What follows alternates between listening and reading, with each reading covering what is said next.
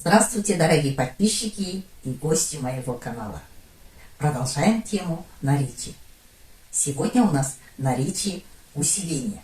Мин – самый, аса – очень, әбден – совсем, сәл-пәл – чуть-чуть, мүлдем – вообще, орасан – весьма, слишком. Давайте посмотрим пример. Ең үлкенін беріңізші. Дайте, пожалуйста, самую большую. Аса қадірлі қонақтар.